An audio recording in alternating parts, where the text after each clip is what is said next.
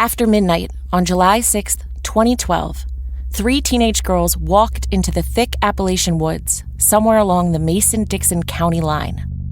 Hours later, under the glow of a nearly full moon, only 2 walked out.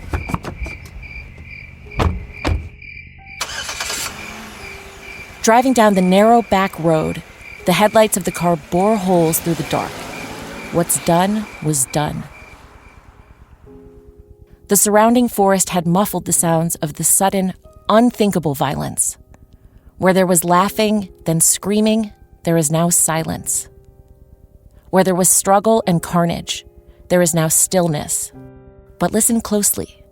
6 feet from where Skylar's body has been abandoned, the faint babbling of a creek. A cell phone, lost in the chaos, fell between the creek and Skylar, whose multicolored blouse and yellow shorts are thick with blood and mud. For months, her body lay decomposing, hidden beneath a canopy of pine and oak trees, first absorbing humidity, then freezing over with ice.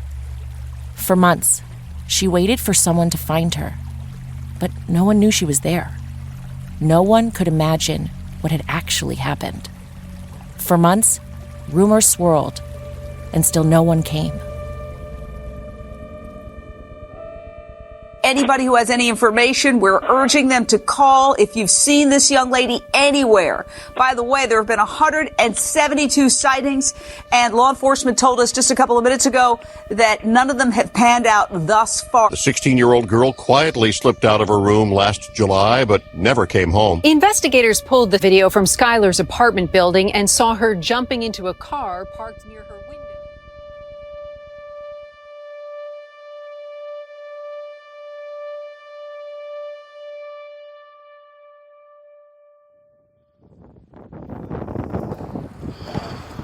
Oh man, this is a mess. Let me get this stuff out of here.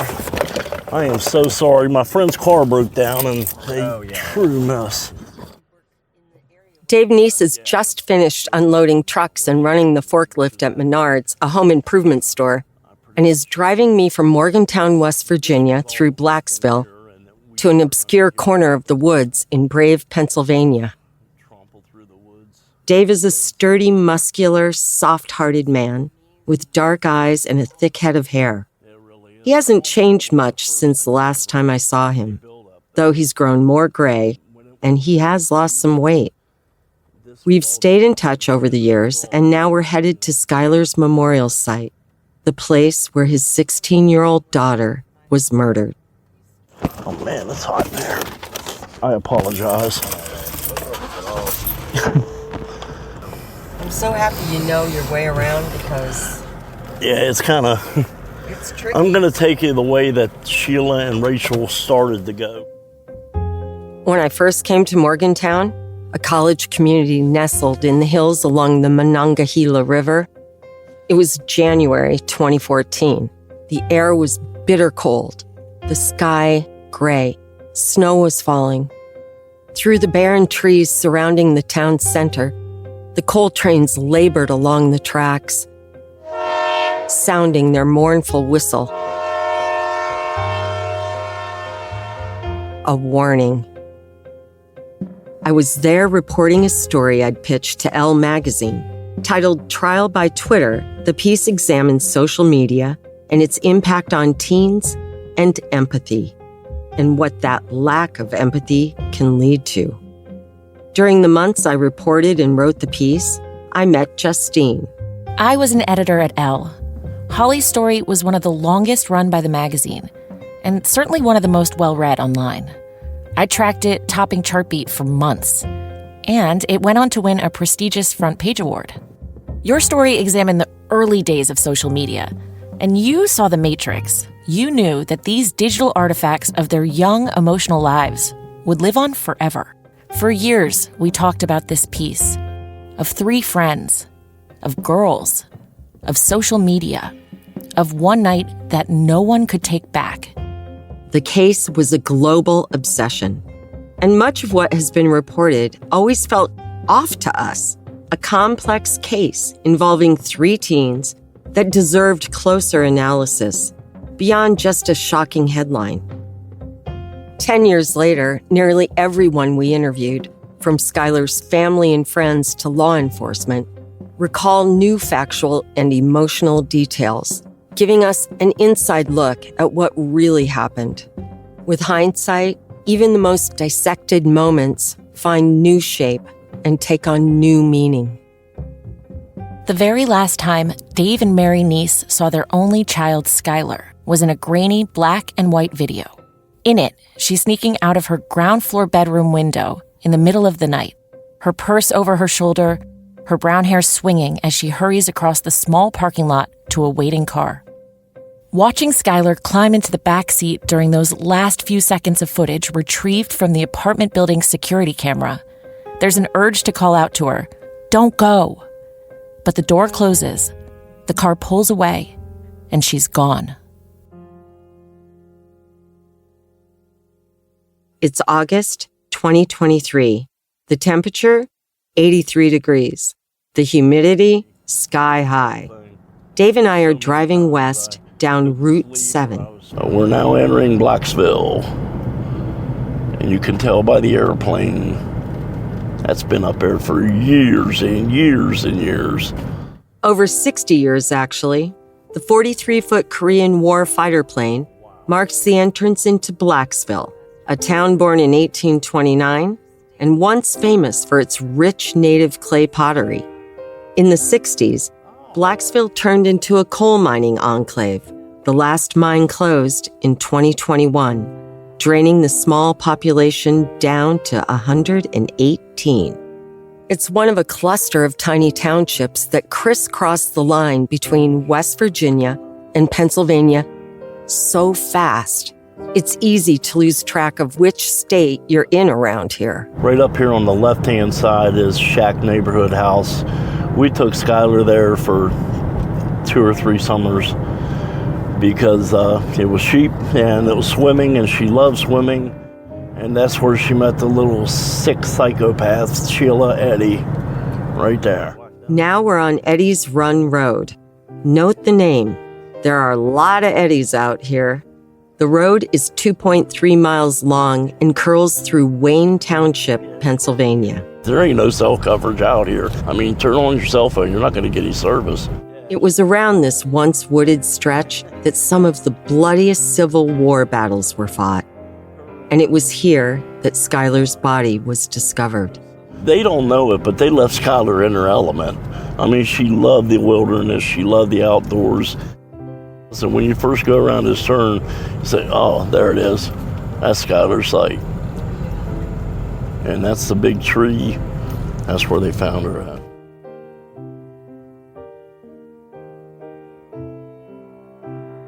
From Waveland, I'm Holly Millay. And I'm Justine Harmon. This is 3. Episode 1, Skylar is missing.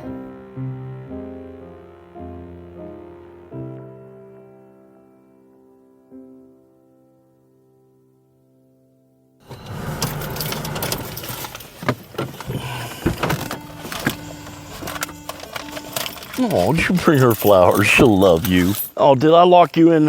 I think I have to. I got it. Did you get her? Okay.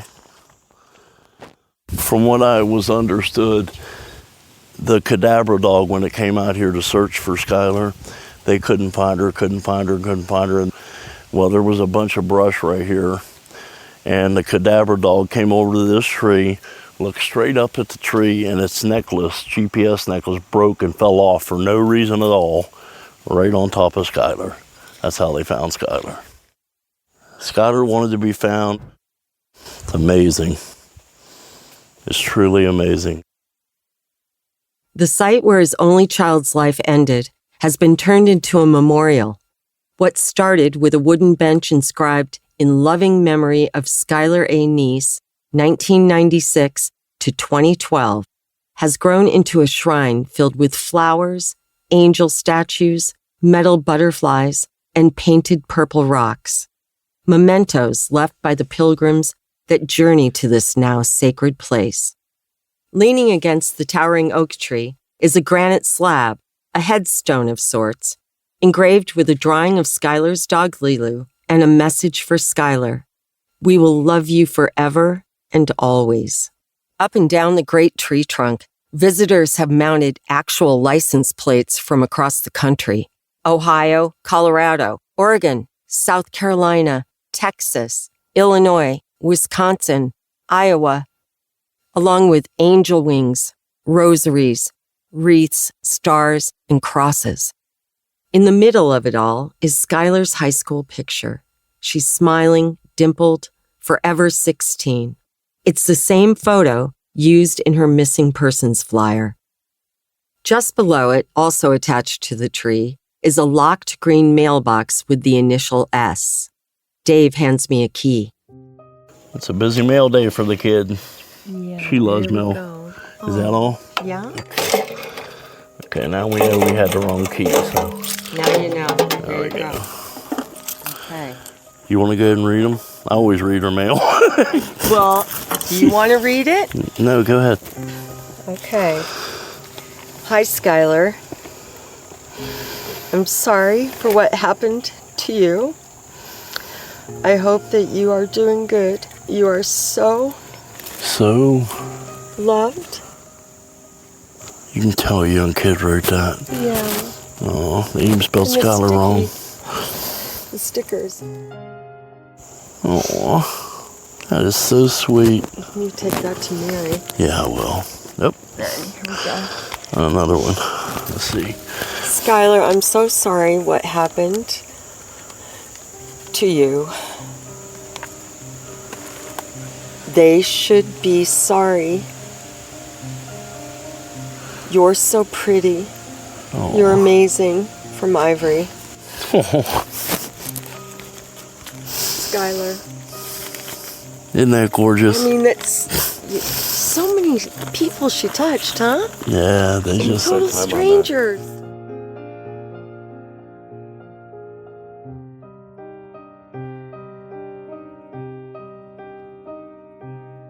She loved to be outside, anything outside. She liked to pretend to play ball. She wasn't very good at it, but she liked to go to the mall, of course. Every teenager does. She loved to shop, and I hate to shop, so that didn't work so well. That's Skylar's mom and Dave's wife, Mary, who with her black hair and violet eyes calls to mind Elizabeth Taylor. We had to interview Mary over the phone, as she wasn't feeling well when we interviewed Dave in person. Clothes, of course. She was a clothes freak.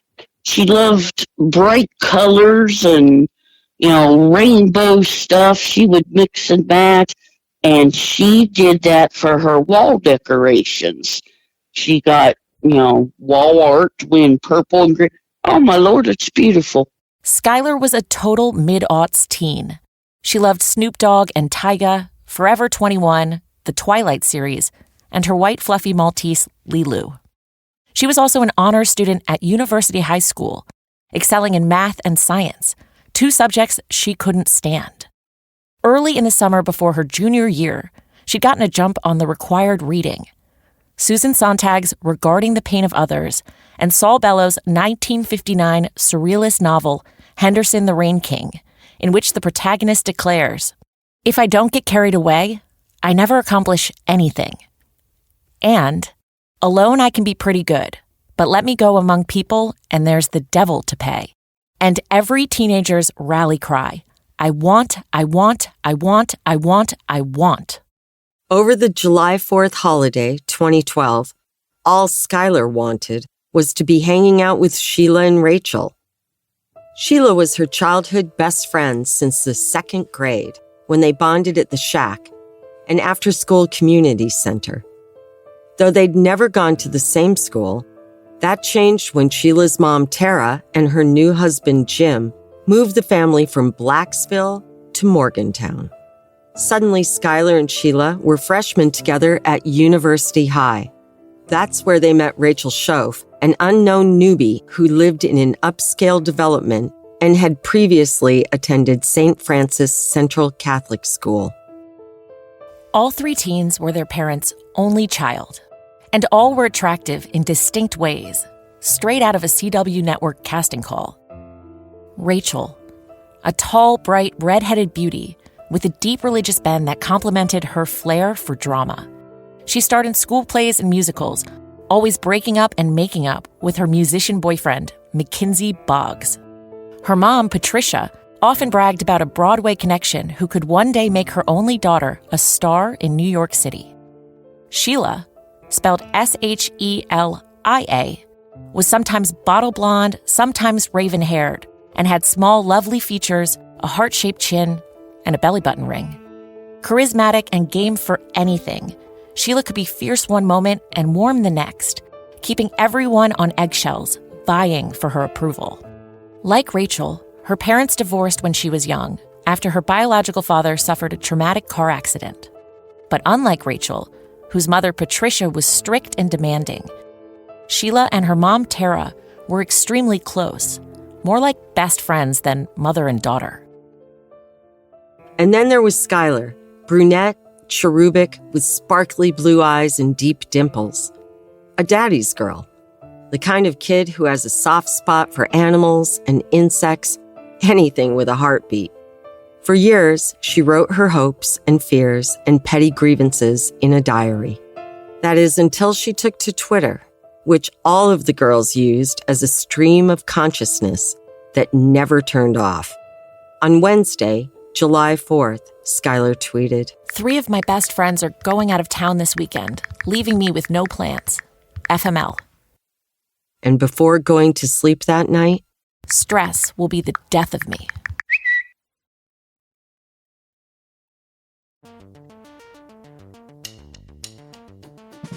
While they lived in different suburbs of Morgantown, Skylar, Rachel, and Sheila all lived together on their phones. They spent their waking lives posting, texting, tweeting, retweeting, having whole consuming conversations in 140 characters. And they were completely unfiltered, as if they believed both no one and everyone could peer into their lives. And it wasn't just an occasional text or tweet, it was hundreds, every day. As Skylar tweeted on April 4th, 2012, Twitter seems to, swallow me at times. Skylar may have lived out her teen angst online, but beneath it was a deep empathy, an empathy that, much like Twitter, could overwhelm her. As a young girl, she was a champion of the underdog. Of everyone, actually. She didn't care what kind of family you had. She was about you and how you were. She didn't care if you were gay or if you weren't gay. She just loved everybody. That's Carol Mashad, Skylar's aunt and Mary's slightly younger sister. Carol's the youngest of 15. 15. We have 10 brothers and 4 sisters. Oh my goodness. Can you name them all? If I do it on my fingers. Okay, let's hear it. There's Delene, Delane, Bernetta, Eugene, William, Anthony, Lyle, Michael, Kevin, Brenda, Robert, Calvin, Ray, Mary. Aunt Carol was like a second mom to Skylar. Even they look alike. Talking with Carol, you can almost picture Skylar all grown up. During a rough patch with Dave, Mary and Skylar moved in with Carol and her husband and their son, Kyle. And if my son would get in trouble, it was like she was the one getting in trouble. She would cry with him and sat with him, if he'd be in trouble. And it was just like she was so caring of everybody. And just, she was so much fun as well. She liked to pull pranks on me. One of them, me and Mary worked together and I was decorating for a Christmas dinner.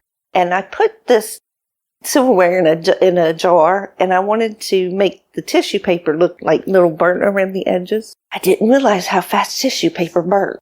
And I lit that thing on fire and it went up in this big old thing of smoke. Well, Mary went home and told Skylar about it. So she started calling me Sparky. And for Christmas, she couldn't wait for me to open up this gift she got me. And here she took a spark plug and made it into a Christmas ornament for me for Christmas. I was like, oh my goodness. There she is as a baby. Skylar as a baby. And of course, everybody thinks her kid's beautiful, but mine really is. That's Dave again. He's showing off Skylar's baby picture. She's perfectly angelic with a halo of curls. We meet Dave at Jean's, the oldest bar in Morgantown, complete with a speakeasy in the basement.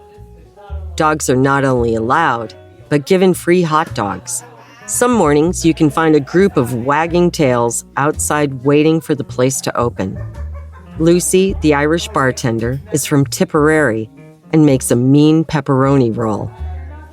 On the back wall is a big screen, where on game nights you can watch the West Virginia University Mountaineers play. The town is so team crazy that when they win, fans set couches on fire. The tradition was such a hazard, couch burning became a felony in 2011. Just having upholstered furniture outdoors could get you a $500 fine. Like everyone else in Morgantown, Dave is a football fanatic. Skylar, not so much. I'm screaming for the Mountaineers, and I'm getting so mad because they're not doing what they're supposed to do. And she came down the steps, and she looked at me and said, "Dad, can I ask you a question?" And I said, "Yeah." She said, "How is your life going to change tomorrow if they win?" And I said, "Well, what? They will. It'll just be better." She said, "No, tell me how your life's going to change. How is that going to affect you, Dad?" And I said, "Go back upstairs." I mean, she was that kind of girl. She wanted answers. Why? I want to know why. And when you tell her why, that wasn't good enough. He tries to act like Mr. Badass, and he is just a big old teddy bear. You know, he'll lose his temper and bare his teeth, and even Skylar would tell him, "Go sit down, Dad." He didn't scare her either. There was one way to look at things, and that was Skylar's way. Any other way, you were wrong. I'm sorry, you can be Einstein, but you're still wrong. In keeping with her age, Skylar's tweets were a little romantic, sometimes dramatic, and often spot on. Justine, take it away. Okay, mosquitoes are disgusting creatures from hell. Everything about my parents' driving pisses me off. Rach's singing is breathtaking. Wrapping presents for Sheila's family, even though I never do for my own. I like Obama. Shout out to my dad for getting me McDonald's. OMG, Saved by the Bell is on. Every dude at Walmart right now smells like a god. Skylar was less experienced than most teens her age. Never having had a boyfriend, she was in no rush to cross the Rubicon into womanhood. Sheila, on the other hand, was way ahead of the curve. I'll let her tweets do the talking. I wish it was acceptable to be naked all the time. There's a reason why sober and so bored sound almost exactly the same. Love having the upper hand. Megan Fox is the definition of perfection, let's be honest. This generation is fucked. Imagine what it'll be like when our kids have kids. If you talk about how you're madly in love with Justin Bieber, I probably want to stab you. You fuel my determination to not have feelings. Rachel, always the actress, was all feelings. Her digital self-portrait sounds like this. Sometimes I wish I didn't fall in love. I want to go to Hogwarts more than anything. A day with me and Sheila is never a dull day. LOL. Don't make a permanent decision for a temporary emotion. Giving up crying for Lent. Tangled is such a good movie, then he cuts her hair off and I'm like, ew, WTF. No. Snow makes everything more quiet. I have the most realistic nightmares. I can't remember what's a dream and what's reality anymore.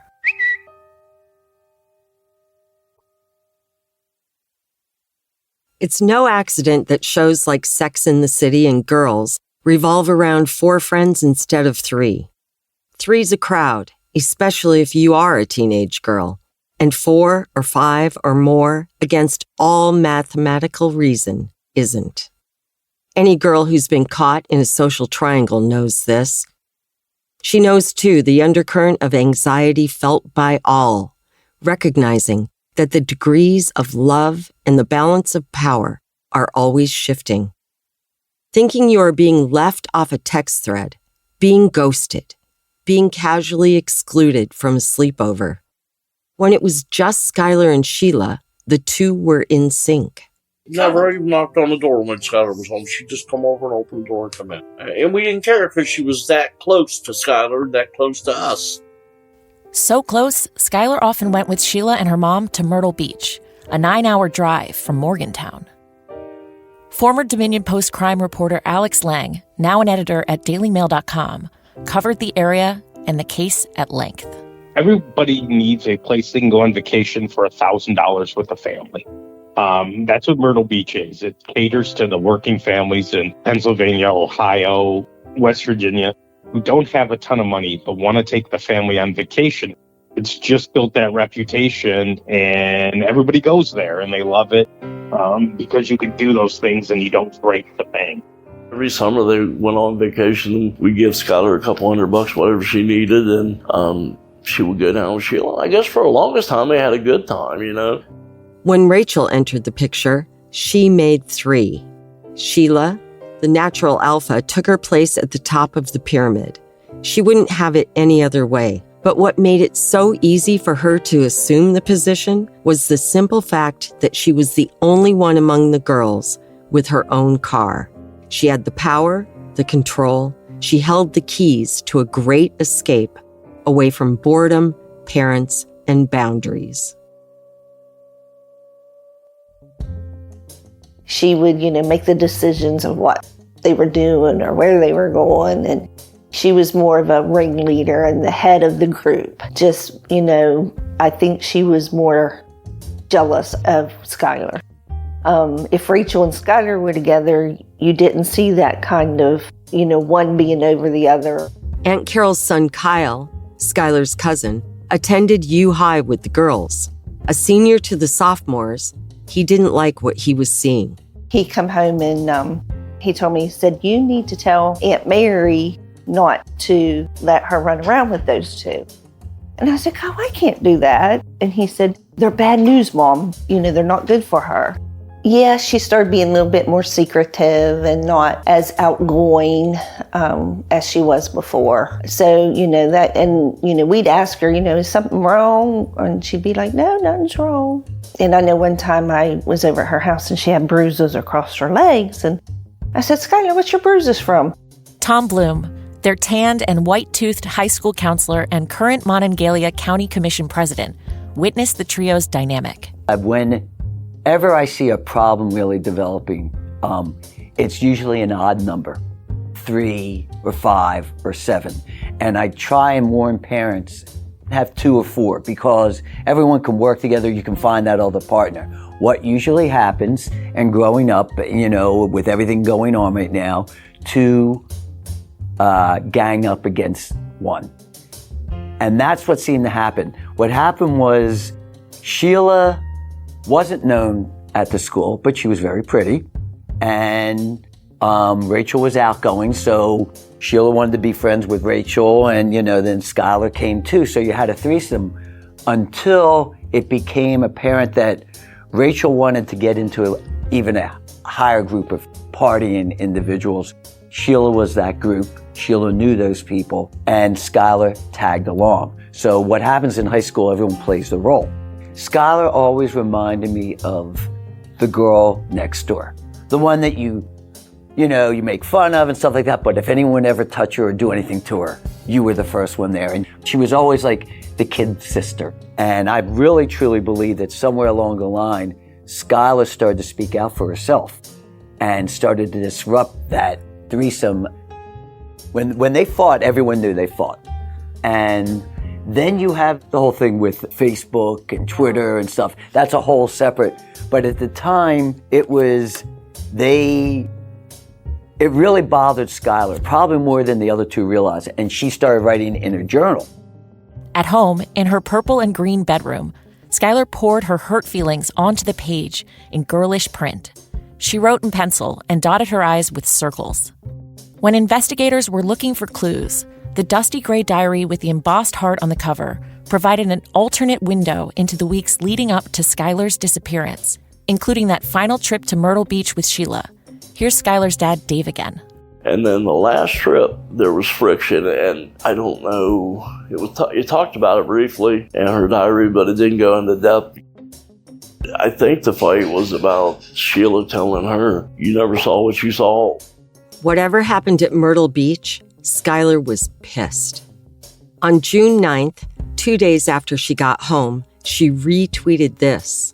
Won't miss anyone from school over summer, because if we're really friends, we'll hang out. If we aren't, we won't. But by July 4th, her insecurity was apparent. Sick of being at fucking home. Thanks, friends. Love hanging out with you all, too. 2 days later, on July 6th, after working the evening shift at Wendy's, Skylar came home to her parents watching television. Mary sitting in a recliner and Dave lying on the couch. Skylar kissed them both and told them she loved them and that she was tired and going to bed. When she kissed Dave goodnight, she was wearing her necklace with a gold maple leaf charm. The last night she ever hugged me, that necklace fell out and hit me in the chin. And I said, "You watch that necklace, you're going to give me a chin bleed." The next morning, Dave went to work while Skylar slept in, or so they thought. I came home from work to give her the car. She didn't really have a license, but she had her permit, and she drove my car, but she was really safe and a good kid. And I knocked on the door. I said, "Sky, let's go. Come on. I got to get back to work." No answer. I tried the door, and it was locked.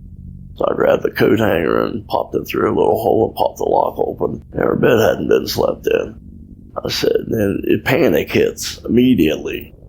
And I looked at the window and it was about this far open, and I said, "Oh, shit." I looked outside the window and there was nothing, but over that little retaining wall, there was her black bench that she used for her makeup. And I said, "What the hell is going on?" First thing I do is call Mary, and I said, "Mary, Skylar ain't here. Where's she at?" And I was praying she'd say, "Oh, what?" She called me. I just thought, because it was summer, and I just thought she had went somewhere with the girls and didn't tell us. You know, she had a history of sneaking out, and either she forgot to ask or she just decided she was doing it. You know, I just thought they went shopping or something. And that's what I told Dave. I said, "Well, call Sheila." So I did. I called Sheila. I said, "When's the last time you talked to Skylar?" "Oh, I don't know, last night." It was just, last night I talked to her. It was just so reversed almost. I said, "So you haven't seen her?" "Nope. You haven't talked to her." I said, "No, I sent her a couple texts, but she didn't answer." Then when Sheila didn't know, I had him call, some of the other girls that she used to hang with. And I even told him at the time. I said, "Well, she has to be at work at 4 o'clock. I said, maybe she's just going to go straight to work. I said, if she don't show up at work, then we'll worry." Well, then by the time I got home, it was 4 o'clock and her work had called us. "Something's wrong. Call 911. All anyone knew was what Sheila and Rachel would later tell Mary and Dave, and then the police, that Skylar snuck out to meet them at around 11 p.m. to go for a ride and smoke some weed before Rachel went off to church camp. Before midnight, the girl said, Skylar insisted they drop her off at the end of her street so she wouldn't wake Dave and Mary. As for the car that picked her up in the grainy videotape, whoever she snuck back out to meet around 12:31 a.m., well, for months, that would be anybody's guess. Adding to the speculation were Skylar's last 2 tweets, posted before she left for work at Wendy's on the night of July 5th. You doing shit like that is why I will never completely trust you. And then a retweet. All I do is hope. Sheila, who had the lion's share of their tweets, over 4,000, was quiet all of July 4th and July 5th. On July 6th, at 6:09 a.m., she logged back online to fire off one cryptic message. Always keep your cool. Coming up on 3. I just kept hearing things from my neighbor, and she would be like, "Why isn't your daughter's friend cooperating?" And I started thinking, yeah, why isn't, what's going on? I'm telling you, that's serial killer stuff right there. And it's scary as hell. It really is. Is somebody that young to be that evil? Are you born with it or do you grow into it? That's not a typical reaction of someone that's just been picked up for murder. It wasn't, oh, what's happening to me next? It was, okay, am I going to miss my hair appointment? We were terrified and we were screaming and crying and vomiting and losing our minds over this whole situation, freaking out as soon as it happened. Oh my God, you know what? I need to tell you a secret. I just forgot. You have a secret from me? Well, I haven't told anyone. Not even Skylar? No. 3 is an original production of Waveland. The series is created and written by Holly Millay and me, Justine Harmon. The executive producer is Jason Hoke, who produced and edited the series. Associate producers are Lydia Horn and Leo Culp. Fact-checking by Lydia Horn. Sound engineering by Shane Freeman. Music by Robert Ellis. Studio recording at CDM Studios in New York and Wildwoods Picture and Sound in Los Angeles. Special thanks to Dave and Mary Neese in the city of Morgantown, West Virginia. If you love the series, leave a review and please tell your friends. Follow Waveland on Instagram @Waveland Media for more on this series and upcoming new shows. Thanks for listening.